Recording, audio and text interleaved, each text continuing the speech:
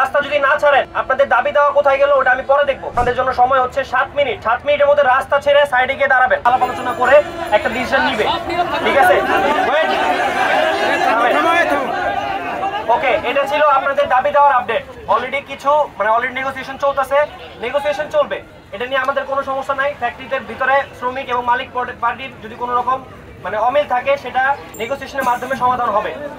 কিন্তু গতকালকেও শ্রম মন্ত্রণালয় থেকে বলা হয়েছে এবং এই যে রেসপেক্টেড আইজিপি পুলিশ ওনার সংবাদ সম্মেলনে ডিরেক্ট বলে দিয়েছেন যে কোনো রকম রোড ব্লক এখন থেকে এটা গ্রাহ্য করা হবে না।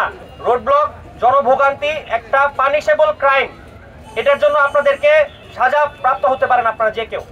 এখন আপনাদের জন্য হচ্ছে, আমার উপরে যদি বিশ্বাস রাখেন, আমি বলে দিচ্ছি আপনাদের জন্য সময় হচ্ছে 7 মিনিট। 7 মিনিটের মধ্যে রাস্তা ছেড়ে সাইডে গিয়ে দাঁড়াবেন। রাস্তা যদি না ছাড়েন আপনাদের দাবি দেওয়া কোথায় গেল ওটা আমি পরে দেখবো।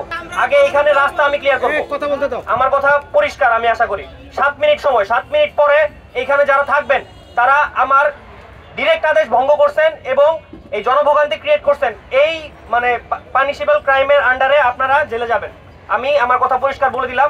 7 মিনিট পরে আমি যদি দেখি রাস্তা এখানে ক্লিয়ার এবং আপনার ওইখানে, আমি আইপি পুলিশ আমরা আমাদের একদম সর্বোচ্চ চেষ্টা করব আপনাদের দাবি দেওয়া যতখানি করা যায় আমরা করে দিয়ে তারপরে এখান থেকে যাবো। কিন্তু 7 মিনিট পরে যদি আপনারা এখানে থাকেন, রাস্তা যদি ব্লক থাকে, আপনি আমার পক্ষের না, আমি ধরে নিব। Thank you.